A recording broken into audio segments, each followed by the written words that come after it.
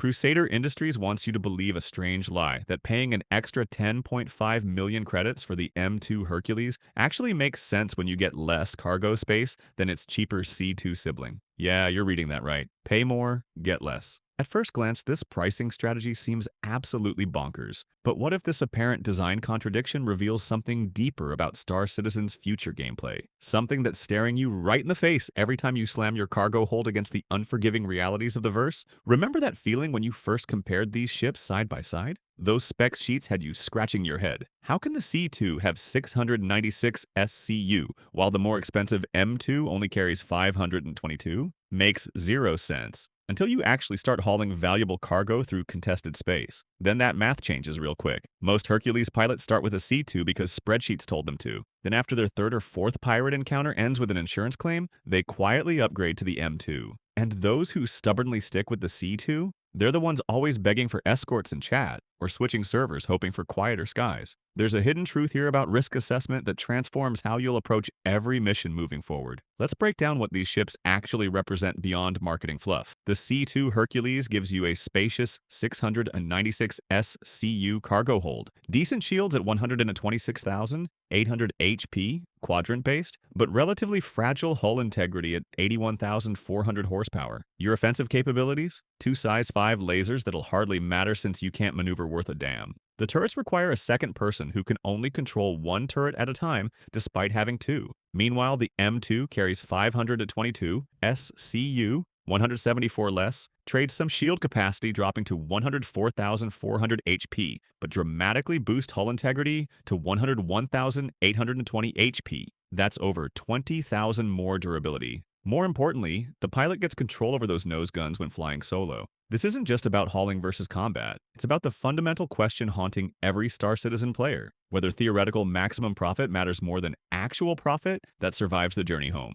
Most ship comparisons analyze these vessels like they operate in perfect laboratory conditions. But anyone who's played longer than a week knows Star Citizen exists primarily to destroy your careful planning with random chaos. The ships aren't just tools, they're philosophies about how you approach risk itself. Nobody talks about the most critical difference between these siblings. When you're alone in that pilot seat, the M2 actually gives you teeth. Those twin S5 cannons plus the formerly co-pilot controlled chin turret with dual S4s deliver over 5,000 burst DPS under direct pilot control. That's the difference between helplessness and having options. Picture that run through Aaron Halo last week. 3 Mantis signatures pop on radar. In the C2, your stomach drops. No defensive options, no deterrence, just spooling quantum and praying. But the M2? Those massive S5s change the entire psychological dynamic. Pirates expect Hercules pilots to run, not fight back. The moment you swing those guns around and connect with serious damage, their risk calculation changes dramatically. Most aren't prepared for actual resistance. They want easy marks, not drawn-out firefights. The moment you demonstrate you're not defenseless, many opportunistic attackers simply disengage. It's basic predator behavior. They hunt vulnerability, not challenge. During last month's cargo event,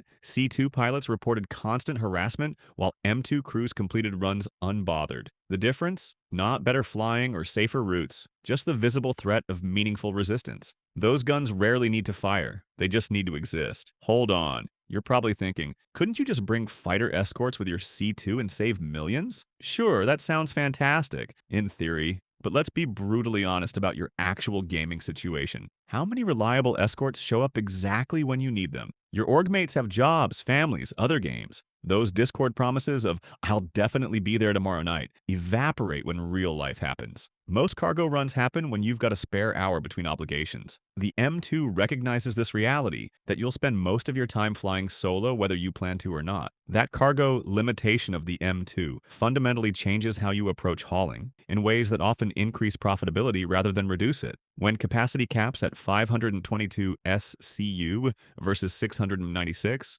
something unexpected happens. You start making smarter commodity choices. C2 pilots often fall into the trap of fill the hold at all costs, taking whatever shows marginally positive numbers. The M2's constraints force disciplined focus on high-value goods. Remember that Lurinite run from HDMS Lathon to Lorville? In the C2, you automatically filled every square meter with whatever was available. But flying the M2 forced selection of only premium materials, resulting in 37% higher profit despite carrying less volume. This shift in mindset completely transforms trading strategies. Then there's the loading time factor. something spreadsheet warriors conveniently ignore. With physical cargo loading in 4.3.1, filling a C2's massive hold takes significantly longer than loading an M2. That's additional exposure time on landing pads where ships are most vulnerable to attack. Every minute spent arranging boxes is another minute potential hostiles have to spot you. The M2's limitation actually reduces risk windows while teaching advanced trading principles through its very design constraints. That pyro supply run last month perfectly crystallizes the difference. Remember how it started? Routine medical supplies hauling, nothing special. Standard Star Citizen mission creep, where simple jobs never stay simple. Then the radar ping, multiple hostiles approaching. In a C2, that moment means panic. Calculations about cargo value versus insurance costs.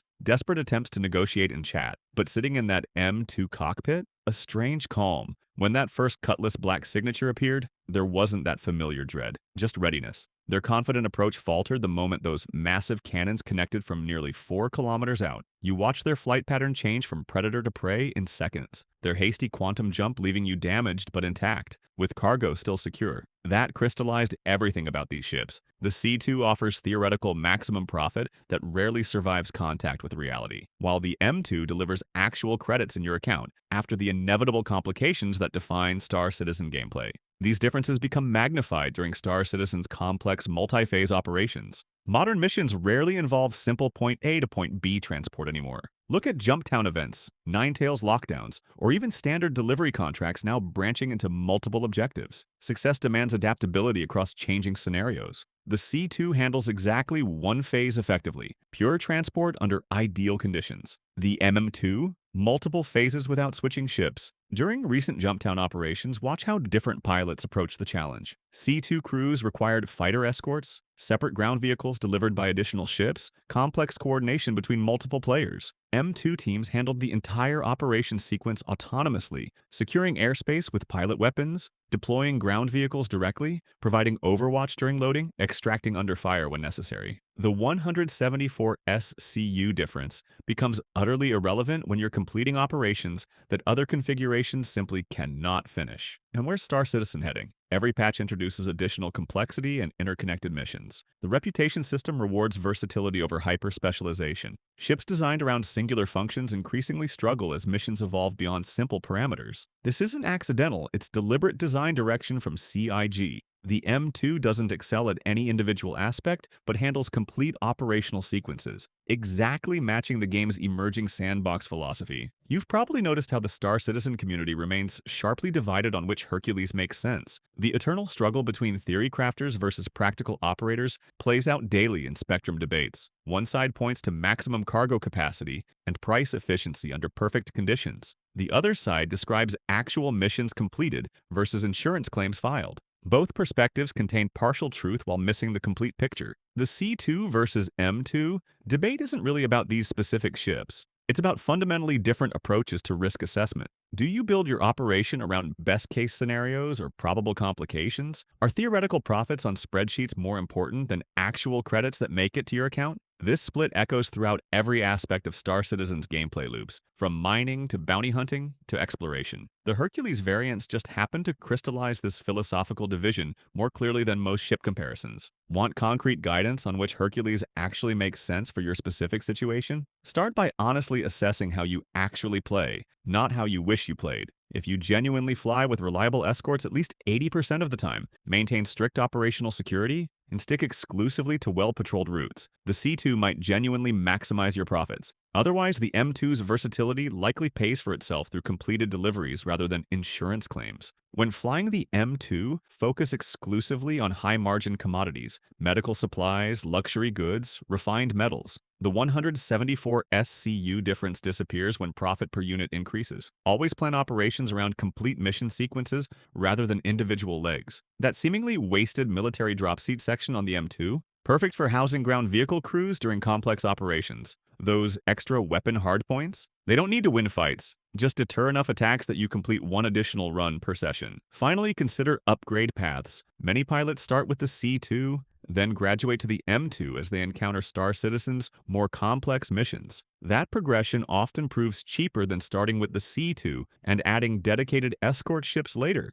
The secret value proposition isn't just what these ships can do today, but how they position you for gameplay that's clearly coming tomorrow. The Hercules variants fundamentally challenge how we evaluate ships in Star Citizen. Most comparisons focus exclusively on maximum theoretical performance rather than probable operational outcomes. Which approach resonates with your actual experiences? Have you switched between these variants? Did the practical differences match what you expected? Share those experiences in the comments. The community needs fewer theoretical debates and more actual field reports. If this perspective changed how you evaluate ship choices, consider subscribing for more gameplay-focused analysis, rather than spec sheet comparisons. The C2 versus M2 debate reveals something crucial about Star Citizen's evolving gameplay. Ships aren't just tools for specific tasks, they're complete operational philosophies that shape how you approach the entire game. The vessels that appear overpriced or inefficient under laboratory conditions often prove indispensable once plans collide with Star Citizen's chaotic reality. Remember, your ship's true value isn't measured by what shows on specification sheets, but by how often it brings you home with cargo intact when everything goes sideways. And in this universe, sideways is the default direction.